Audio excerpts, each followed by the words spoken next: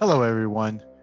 Welcome to the Unadorned Bible, the channel where we're reading chronologically through the Bible in 1 year. Today is day 34 of that journey, and I'm going to be reading Leviticus 9 through 11, as always from the New Revised Standard Version Updated Edition. Before we dive in, I just want to say, as always, thank you for being here. Thank you for taking time out of your day to spend a few minutes with me as we read through the Bible. Let's dive in. Chapter 9. On the 8th day Moses summoned Aaron and his sons and the elders of Israel. He said to Aaron, "Take a bull calf for a purification offering and a ram for a burnt offering, without blemish, and offer them before the Lord. And say to the Israelites, take a male goat for a purification offering, a calf and a lamb, yearlings without blemish, for a burnt offering, and an ox and a ram for an offering of well-being to sacrifice before the Lord, and a grain offering mixed with oil, for today the Lord will appear to you." They brought what Moses commanded to the front of the tent of meeting, and the whole congregation drew near and stood before the Lord. And Moses said, "This is the thing that the Lord commanded you to do, so that the glory of the Lord may appear to you." Then Moses said to Aaron, "Draw near to the altar and sacrifice your purification offering and your burnt offering, and make atonement for yourself and for the people, and sacrifice the offering of the people and make atonement for them, as the Lord has commanded." Aaron drew near to the altar and slaughtered the calf of the purification offering, which was for himself. The sons of Aaron presented the blood to him, and he dipped his finger in the blood and put it on the horns of the altar, and the rest of the blood he poured out at the base of the altar. But the fat, the kidneys, and the appendage of the liver from the purification offering he turned into smoke on the altar, as the Lord had commanded Moses. And the flesh and the skin he burned with fire outside the camp. Then he slaughtered the burnt offering. Aaron's sons brought him the blood, and he dashed it against all sides of the altar. And they brought him the burnt offering piece by piece, and the head, which he turned into smoke on the altar. He washed the entrails and the legs, and with the burnt offering turned them into smoke on the altar. Next he presented the people's offering. He took the goat of the purification offering that was for the people, and slaughtered it, and presented it as a purification offering like the first one. He presented the burnt offering and sacrificed it according to the regulation. He presented the grain offering, and taking a handful of it, he turned it into smoke on the altar, in addition to the burnt offering of the morning. He slaughtered the ox and the ram as a sacrifice of well-being for the people. Aaron's sons brought him the blood, which he dashed against all sides of the altar, and the fat of the ox and of the ram, the fatty tail, the fat that covers the entrails, the 2 kidneys and the fat on them, and the appendage of the liver. They first laid the fat on the breasts, and the fat was turned into smoke on the altar. And the breasts and the right thigh Aaron raised as an elevation offering before the Lord, as Moses had commanded. Aaron lifted his hands towards the people and blessed them, and he came down after sacrificing the purification offering, the burnt offering, and the offering of well-being. Moses and Aaron entered the tent of meeting and then came out and blessed the people, and the glory of the Lord appeared to all of the people. Fire came out from the Lord and consumed the burnt offering and the fat on the altar, and when the people saw it, they shouted and fell on their faces. Chapter 10. Now Aaron's sons, Nadab and Abihu, each took his censer, put fire in it, and laid incense on it, and they offered unholy fire before the Lord, such as he had not commanded them. And fire came out from the presence of the Lord and consumed them, and they died before the Lord. Then Moses said to Aaron, "This is what the Lord meant when he said, 'Through those who are near me I will show myself holy, and before all the people I will be glorified.'" And Aaron was silent. Moses summoned Mishael and Elzaphan, sons of Uzziel, the uncle of Aaron, and said to them, "Come forward and carry your kinsmen away from the front of the sanctuary to a place outside the camp." They came forward and carried them by their tunics out of the camp, as Moses ordered.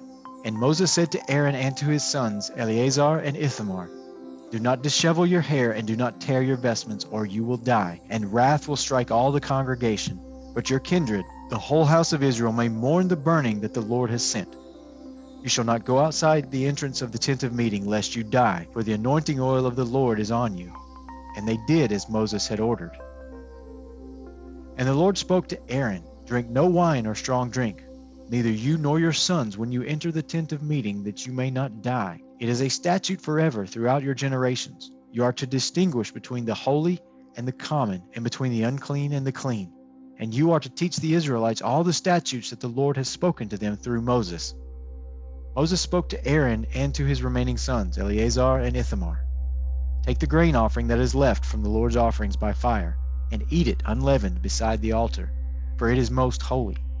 You shall eat it in a holy place, because it is your due and your sons' due from the offerings by fire to the Lord, for so I am commanded. But the breast that is elevated and the thigh that is raised, you and your sons and your daughters as well may eat in a clean place, for they have been assigned to you and your children from the sacrifices of well-being of the Israelites. The thigh that is raised and the breast that is elevated they shall bring, together with the offerings by fire of the fat, to raise for an elevation offering before the Lord. They are to be your due and that of your children forever, as the Lord has commanded. Then Moses made inquiry about the goat of purification offering, and it had already been burned. He was angry with Eleazar and Ithamar, Aaron's remaining sons, and said, "Why did you not eat the purification offering in the sacred area?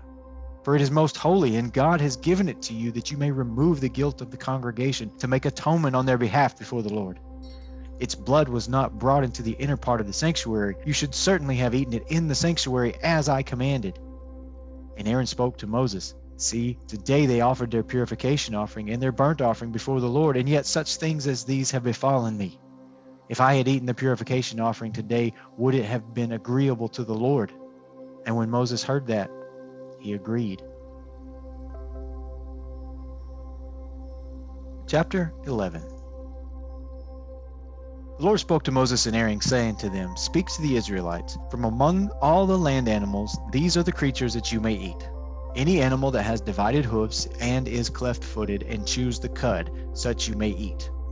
But among those that chew the cud or have divided hoofs, you shall not eat the following: the camel, for even though it chews the cud, it does not have divided hoofs.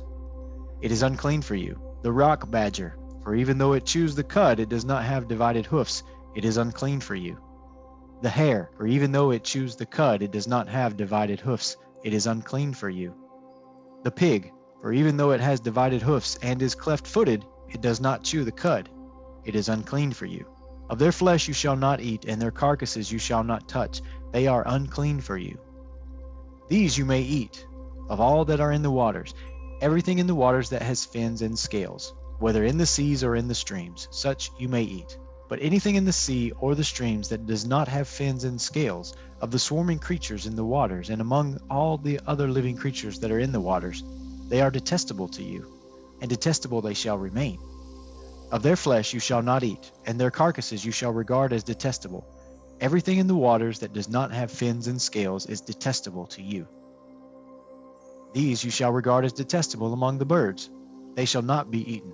They are an abomination: the eagle, the vulture, the osprey, the buzzard, the kite of any kind, every raven of any kind, the ostrich, the nighthawk, the seagull, the hawk of any kind, the little owl, the cormorant, the great owl, the water hen, the desert owl, the carrion vulture, the stork, the heron of any kind, the hoopoe, and the bat. All winged insects that walk upon all fours are detestable to you. But among the winged insects that walk on all fours you may eat those that have jointed legs above their feet, with which to leap on the ground. Of them you may eat locusts of every kind, bald locusts of every kind, crickets of every kind, and grasshoppers of every kind. But all other winged insects that have 4 feet are detestable to you. By these you shall become unclean. Whoever touches the carcass of any of them shall be unclean until the evening. And whoever carries any part of the carcass of any of them shall wash his clothes and be unclean until the evening. Every animal that has divided hoofs but is not cleft-footed or does not chew the cud is unclean for you. Everyone who touches one of them shall be unclean. All that walk on their paws among the animals that walk on all fours are unclean for you. Whoever touches the carcass of any of them shall be unclean until the evening. And the one who carries the carcass shall wash his clothes and be unclean until the evening. They are unclean for you. These are unclean for you among the creatures that swarm upon the earth: the weasel, the mouse, lizards of every kind, the gecko, the land crocodile, the lizard, the sand lizard, and the chameleon. These are unclean for you among all that swarm. Whoever touches one of them when they are dead shall be unclean until the evening. and anything upon which any of them falls when they are dead shall be unclean, whether an article of wood or cloth or leather or sackcloth. Any article that is used for any purpose, it shall be dipped in water, and it shall be unclean until the evening, and then it shall be clean. And if any of them falls into any clay vessel, all that is in it shall be unclean, and you shall break the vessel. Any food that could be eaten shall be unclean if water from any such vessel comes upon it, and any liquid that could be drunk shall be unclean if it was in such vessel. Everything on which any part of the carcass falls shall be unclean, whether an oven or stove, it shall be broken in pieces. They are unclean and shall remain unclean for you. But a spring or a cistern holding water shall be clean, while whatever touches the carcass in it shall be unclean. If any part of the carcass falls upon any seed set aside for sowing, it is clean. But if water is put on the seed, and any part of their carcass falls on it, it is unclean for you. If any animal of which you may eat dies, anyone who touches its carcass shall be unclean until the evening. Those who eat of its carcass shall wash their clothes and be unclean until the evening, and those who carry the carcass shall wash their clothes and be unclean until the evening.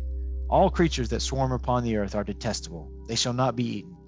Whatever moves on its belly, and whatever moves on all fours, or whatever has many feet, all the creatures that swarm upon the earth you shall not eat, for they are detestable. You shall not make yourselves detestable with any creature that swarms. You shall not defile yourselves with them, and so become unclean. For I am the Lord your God.